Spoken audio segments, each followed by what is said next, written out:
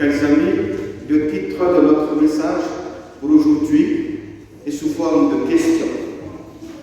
Juste pratiquant ou vrai converti? Le livre des Actes nous relate bien évidemment la vie de l'Église primitive. Et dans le chapitre 3, nous avons le récit de la guérison d'un boiteux et le discours de Pierre au temple de Jérusalem. Nous allons voir à travers l'attitude des apôtres et celle de certains juifs si nous sommes aussi juste des pratiquants ou des vrais convertis. Sommes-nous alors compatissants envers ceux qui ne peuvent pas encore venir à l'Église, ou cela nous arrange-t-il au contraire? C'est le cas effectivement du boiteux, puisqu'on a toujours inculqué aux Juifs que les infirmités sont dues au péché. Du coup, on les sanctionne. C'est pourquoi on l'a mis devant seulement la porte, car il n'avait pas le droit de pénétrer au temple. Lorsque Pierre et Jean sont passés, il leur a demandé aussi le vent. Mais Pierre lui a dit: je n'ai ni argent ni or, mais ce que j'ai, je te le donne. Au nom de Jésus-Christ de Nazareth, lève-toi et marche. Et le boiteux est immédiatement guéri. Puis Pierre et Jean lui ont tenu les mains pour le faire entrer au temple.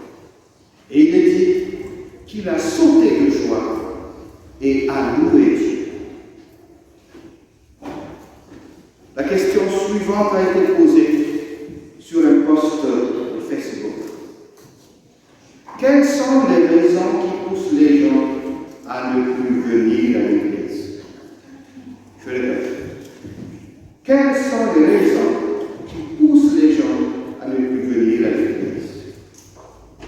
J'ai été étonné de voir que nombreux sont ceux qui ont réagi et qu'on a pu donner tellement de raisons. Et ce qui m'a frappé, c'est que la plupart d'entre elles viennent de ceux qui sont déjà membres de l'Église, qu'ils soient responsables ou pas. C'est triste, c'est bouleversant. Il y en a évidemment qui veulent justifier leur incrédulité tout en accusant tout le temps les autres. Certes, nous devions y réfléchir, car nous sommes en partie responsables. Nous n'avons pas par ailleurs le droit de juger qui que ce soit. Notre mission, c'est celle de présenter gracieusement Christ. Notre devoir, c'est de les ramener à Christ. Sinon, nous sommes juste des pratiquants de l'Église. Ne taquinez pas les gens de leur passé. Ouvrons nos cœurs et laissez la porte de l'Église à grande ouverte. Soyons compatissants envers ceux qui ne sont pas encore venus à l'Église, si nous sommes des vrais convertis au Seigneur. Donnez-leur l'occasion de sentir aussi la présence et l'amour de Dieu, pour qu'ils puissent exprimer la joie de vivre avec Jésus, pour qu'il y ait aussi l'envie de louer Dieu, comme le boiteux guérit la vie. Sommes-nous juste des pratiquants ou des vrais convertis? Alors une question se pose. Cherchons-nous juste à satisfaire notre ego à l'Église ou à montrer Jésus-Christ comme sauveur? Pierre et Jean auraient pu bien se vanter de la miraculeuse guérison du boiteux, car ils savaient bien que la foule a été surtout attirée par cet événement. Non, au contraire. Voici ce que Pierre a dit au verset 12. Pourquoi vous vous étonnez de ce qui s'est passé? Pourquoi fixez-vous les regards sur nous, comme si c'était par notre propre puissance ou par notre piété que nous nous avions fait marcher cet homme boiteux. Non, c'est Jésus-Christ de Nazareth qui a raffermi celui que vous voyez. C'est la foi en Jésus-Christ qui a donné à cet homme une entière guérison. Bravo Pierre, c'était un beau témoignage d'un homme converti à Christ. C'est réconfortant. Et c'est ce que nous devrions faire aussi, chers serviteurs de Dieu. Et évitons de cacher Christ en voulant mettre tout en notre honneur. Lorsque nous croyons les seuls compétents à l'Église, lorsque nous croyons plus importants que les autres, nous dirigeons les gens vers le culte de notre personnalité et nous cachons Christ. Alors, éloignez-vous d'une telle manière, d'une telle attitude, car cela va seulement générer des frustrations et des troubles dans notre communauté. Soyez humbles et laissez Dieu relever comme il l'a fait à Pierre et Jean. Enfin, sommes-nous juste venir à l'Église pour appliquer les formalités culturelles ou pour que nous nous approchions de Dieu avec sincérité? La plupart des Juifs de l'époque étaient légalistes. Ils croyaient que s'ils arrivent à apprendre par cœur les lois, ils sont sauvés.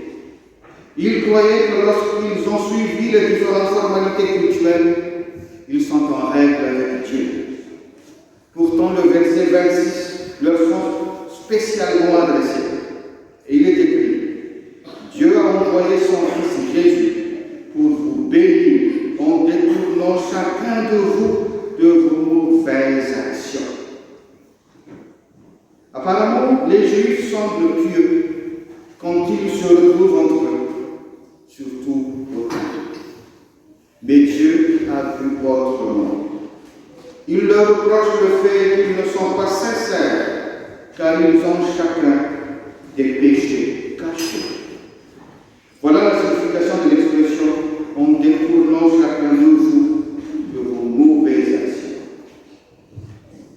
Chers frères et sœurs, je sais qu'à l'Église aussi, nous nous habillons tous d'une manière convenable, ou presque. Nous nous efforçons tous de nous comporter comme des vrais chrétiens. Mais Dieu qui sonde les cœurs voit tout dans les moindres recoins de notre vie de tous les jours.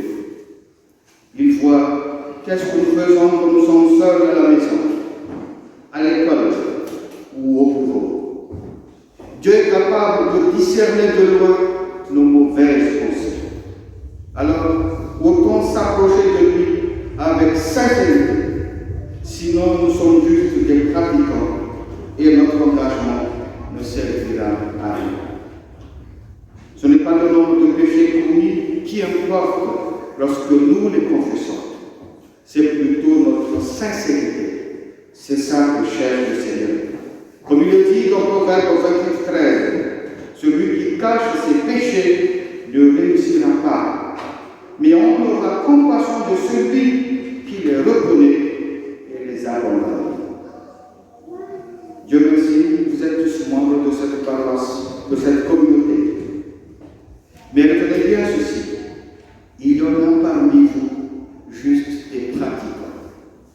Il va falloir le dire, afin que vous en soyez conscients. Alors, en ce temps de carême, les paroles que Dieu nous adresse un appel de grâce. Renouvelez votre engagement et votre relation avec le Seigneur, afin que vous ne soyez plus juste des pratiquants, mais que vous deveniez des vrais convertis, et que votre sacrifice soit saint et agréable à Dieu. Amen.